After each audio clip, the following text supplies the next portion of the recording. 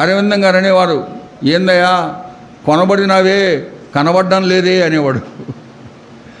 కొనబడిన వారు కనబడాలి కదా మందిరంలో, కనబడరు. ఎప్పుడు వస్తారంటే వాళ్ళు ఇష్టం వచ్చినప్పుడు వస్తారు. ఒక ప్రసంగికుడు 10 లెపర్స్ గురించి చెప్తున్నాడంట. 10 లెపర్స్ వాళ్ళు బాగుపడినారు, వాళ్ళు పోయినారు. వాళ్ళలో ఒక్కడే వచ్చినాడు యేసుప్రభు దగ్గరికి.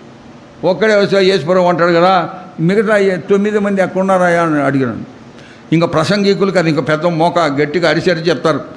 ఆ 9 ఎక్కడా, ఆ 9 ఎక్కడా అంటుంటే ఆఖరిలో ఒక ఆయన అన్నంట, వాళ్ళు ఆదివారం వస్తారు కదా అన్నాడు. ఎప్పుడు వస్తారు వాళ్ళు? ఆదివారమే కనబడతారు. అది క్రైస్తత్వమా? నీ ఇష్టం వచ్చి పోవడానికి దేవుని మందిరం అంత ఎట్టిగా పడిందా? ఎంతగా ప్రేమిస్తున్నాం మనం? క్రైస్తవులం అని చెప్పుకొని దేవుని యొక్క మందిరాన్ని ప్రేమించకపోతే నువ్వు ఎలాంటి క్రైస్తవురాలివి?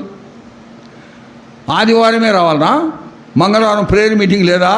బేస్తవారం అంటే మాకు అట్టుంటుంది. మంగళవారం ప్రేయర్ మీటింగ్, గురువారం బైబిల్ స్టడీ, ఇంకా కాటేజ్ మీటింగ్స్ ఉంటాయి. ఇంకా వేరే మీటింగ్స్ రావా?